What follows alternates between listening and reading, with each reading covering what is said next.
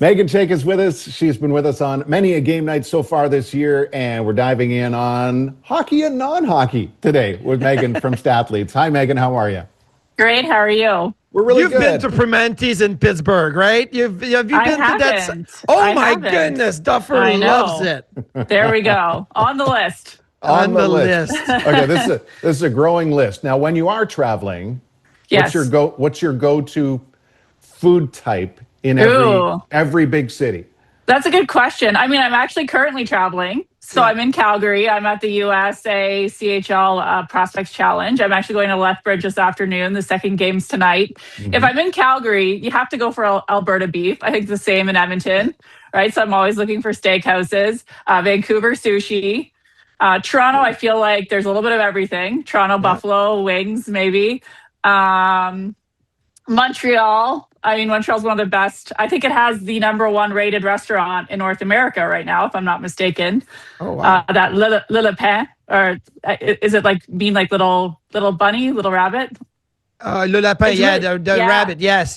Totally. So I've never been there. Oh, this is going to be a new place for me to go. Neither have I. I've tried. So if anyone is watching, who do we know? Who do we know that can get us in? Yeah. I went to what was that one? There's so many good restaurants in Montreal that I went to at Four Nations too. So that was a nice eating tour. New York obviously has great restaurants as well. So anything from Italian to, I try everything in New York. And don't sleep on Chicago. Chicago, of course, deep dish pizza, steakhouses as well. I see. Like I'm boring. I go to like the regular maybe chain spots. I need to, like, when Duffer and I are going to be in Seattle and whatever. Nice. Duffer, do your research. We got to hit a good spot in Seattle. Maybe go down the Market or something. The Market sounds appealing. Sadly, there are no concerts that night, Marty, so you are stuck with me as a dinner date when we get there. That's okay. So. We can find something to do. Duffer loves his music. Maybe like you talk about your food, Meghan. Duffer, that's the music side of it. There's always something going on. Great. Just quickly, before we touch on the league and the Sabres, how was that CHL top prospect NTDP game last night? Because surprisingly, the NTDP came through and won that one. It was interesting, and I think the reason they won is defensively they were so strong. They kept the CHL out of the middle. The CHL actually had a lot more shot attempts than them. I think it was like 80-40. But the NTDP really took away any high quality chances, and their goaltender played extremely well. It looked like they were just holding on there a little bit at the end as the CHL was playing together a bit more as a team. You know, that's a tough part, right? The CHL doesn't play together. The NTDP does.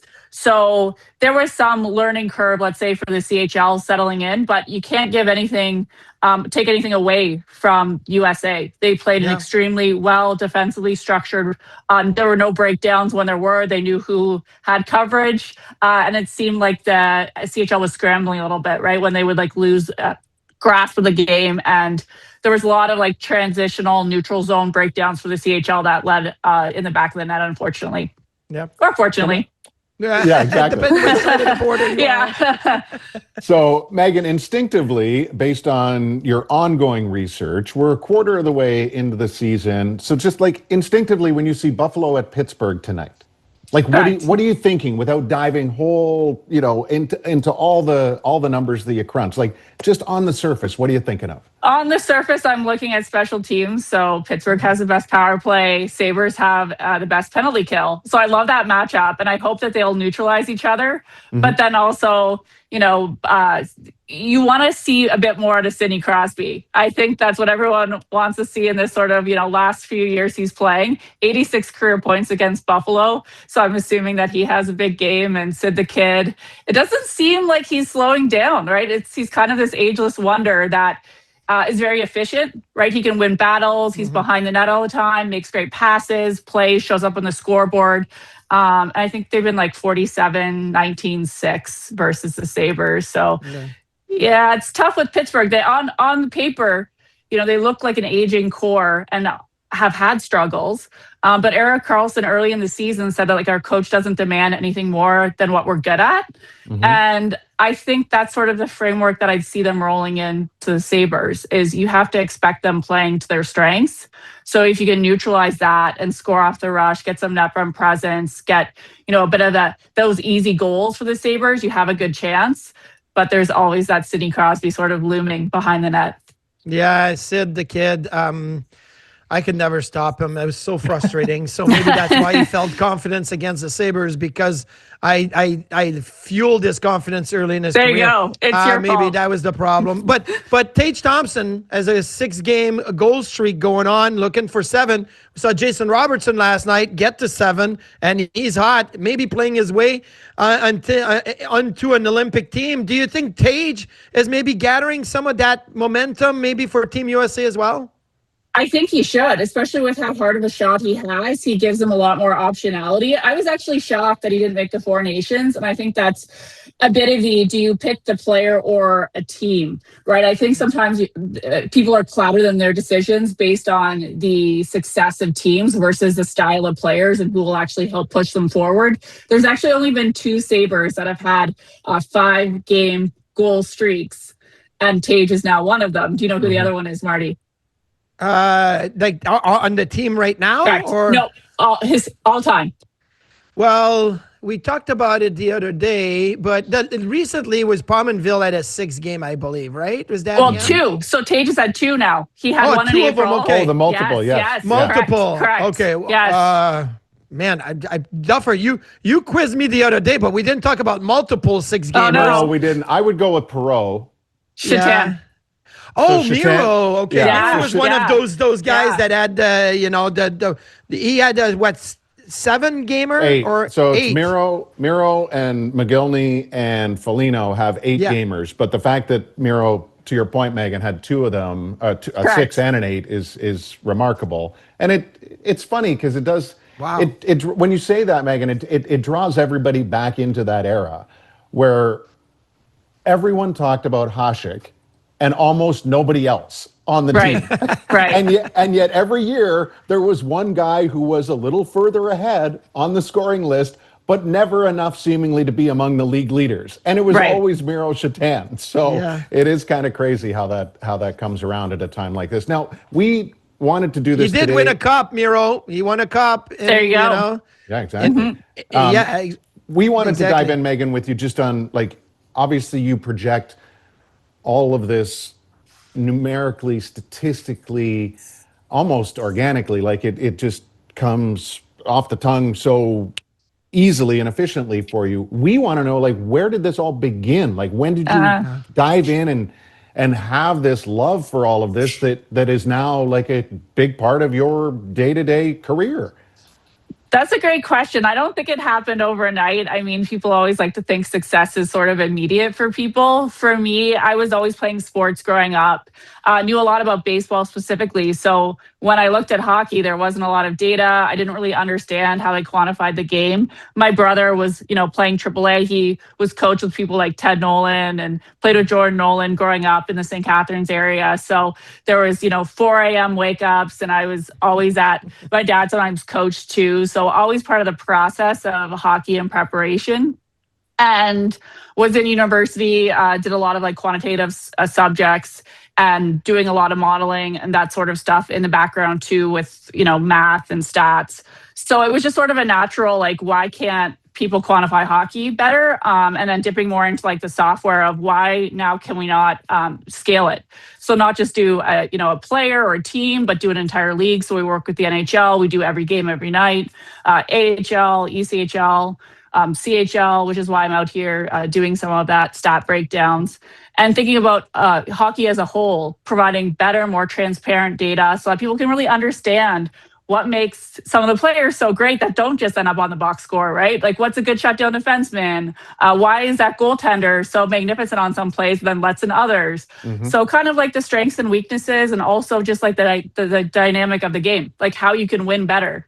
And you see that with like, people carrying in the puck more or more cross-ice passes. A lot of people have figured out how to increase the quality of their shot, their expected goal, by looking into the data in a lot larger samples. So yeah, we built software and look to automate data collection, distribution, and then use AI too to unearth some different elements that maybe as a human, you don't have enough time to do the research to really dig into thousands of games, millions of data points, but you can let software now go through and seek out what correlates to winning, how do you complete passes better. So it was, an 18-year journey now to where I am. We have over 200 employees, and we're successful in terms of startups. We're more into the scale up level, but I don't really want to stop now. I want to make it even better, more seamless, more automated, especially with how much AI, computer vision, machine learning is moving at this point. Well, we got a great question from Glenn that kind of goes to the data and to what you can unearth when it comes to making something more successful. Glenn asked a question from Megan. How about Beck Malenstein on the power play? This guy can finish. I don't think that the data would suggest Beck on the power play, but he's got 2 goals and 4. But I thought it'd be funny to get what you saw out of Beck Malenstein and that beautiful goal against Carolina the other day. It was awesome. And he's one of those players that the eye test will tell you, and we discussed this on the panel too, that he can be speedy when he wants to be. He was in the top 5 of any top speed this year. I think he was 22.6. Connor McDavid was 24.6. So he can move with a lot of speed and intention, but I think he's looking at a small subject matter with a few glimpses where maybe he doesn't deserve necessarily power play time. But using him to his potential, whether it's on the forecheck or his speed, that now with tracking data exactly how fast he is, not just we think he's fast. Megan, great question. I think that's funny you say we don't have. That's a small sample. We can't look at a small sample. Yeah. But the more you look at the question, it's actually really great based on everything you just said about using numbers to project. And Marty says it all the time. If you're in the NHL, you've made it there for a reason. They all have talent. So how do you take numbers like the speed bursts and things like that, and then the finish that we saw the other day, and contemplate as a coaching staff and a management group, well, what if we use this player in this role a little bit more often, right? Isn't that kind of what you're getting? Yeah. Totally. And I think that's player development. It's do you trade for a different asset or do you make your own players better, right? Do you improve upon the areas where maybe they have glaring weaknesses? Or do you put them in situations where you minimize those weaknesses with a good understanding of when that falls down? And I think a great example this year for the Sabres is just how good Samuelsson and Dahlin have played together, right? They've been career high, 5 goals already for Samuelsson, and Dahlin looks to be unlocked with a bit more of that stay-at-home defenseman feel beside him. Mm-hmm. So I think those combinations and knowing how to utilize players in the right place, right time, and if you don't, have that player to fill a gap, look for them on the open market, maybe with the trades, free agency, try to find complementary players.